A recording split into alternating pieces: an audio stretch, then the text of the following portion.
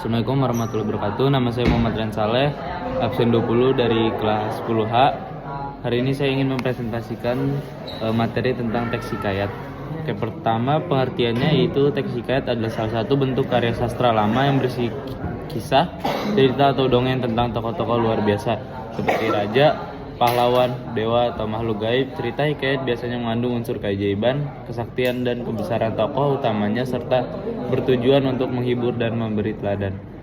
Ciri-cirinya yaitu yang pertama, menggunakan bahasa Melayu klasik. Yang kedua, berisi kisah hayalan atau tidak masuk akal atau fantasi. Yang ketiga, tokohnya biasanya luar biasa atau gagah, sakti, dan mulia. Yang keempat, mengandung nilai moral, agama, dan budaya. Yang kelima, diceritakan dengan gaya naratif atau bercerita. Yang keenam, sering dimulai dengan kata seperti al-kisah, syahdan, atau sebermula. Oke, selanjutnya ada strukturnya. Strukturnya yang pertama adalah abstrak atau ringkasan atau gambaran awal isi cerita. Yang kedua yaitu orientasi, menjelaskan latar waktu, tempat, dan tokoh.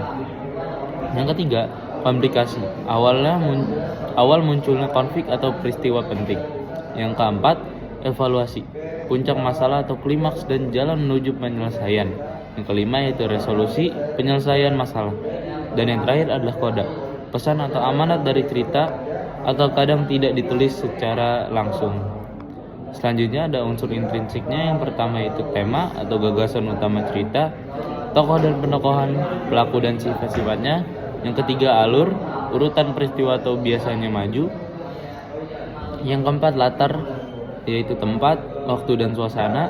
Yang kelima yaitu amanat, pesan moral yang ingin disampaikan oleh pengarang. Dan yang terakhir adalah sudut pandang, cara pengarang menceritakan tokoh atau orang pertama atau orang ketiga. Selanjutnya ada nilai-nilai. Yang pertama yaitu nilai moral, kebaikan, kejujuran, dan kesetiaan. Yang kedua, nilai sosial, hubungan antara manusia. Yang ketiga yaitu nilai religius, ketaatan kepada Tuhan. Dan yang keempat yaitu nilai budaya, adat, tradisi, dan kebiasaan masyarakat lama. Oke, selanjutnya ada contohnya yaitu judulnya Hikayat Maling Kundang, dan isi singkatnya itu menceritakan seorang anak bernama Maling Kundang yang durhaka kepada ibunya setelah menjadi kaya. Akibatnya ia dikutuk menjadi batu.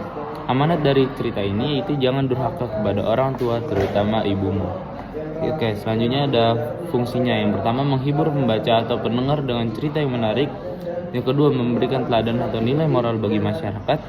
Yang ketiga, melestarikan sejarah, adat, dan budaya zaman dahulu. Yang keempat, menanamkan nilai keagamaan dan kepahlawanan. Yang selanjutnya yaitu referensi. Referensi pertama yaitu bahasa Melayu klasik, memakai kata seperti al-kisah, maka, dan syahdan. Yang kedua, kata kerja material, menunjukkan tindakan atau misalnya berangkat bertempur.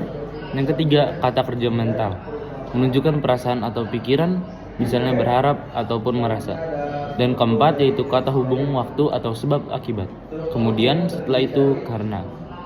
Yang kelima, kata sandang, si, dan sang, untuk nama tokoh si miskin atau sang kancil.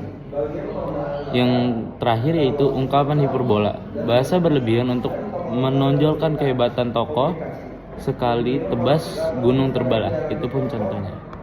Oke, yang terakhir adalah kesimpulannya. Kesimpulannya yaitu teks hikayat merupakan warisan sastra lama yang syarat nilai moral dan budaya. Ceritanya sering menggambarkan tokoh-tokoh luar biasa dengan kekuatan dan kebijaksanaan tinggi. Hingga kini, hikayat masih relevan sebagai bahan pelajaran untuk memahami budaya dan bahasa Melayu klasik. Oke, sekian presentasi dari saya. Mohon maaf jika ada salah kata. Wassalamualaikum warahmatullahi wabarakatuh.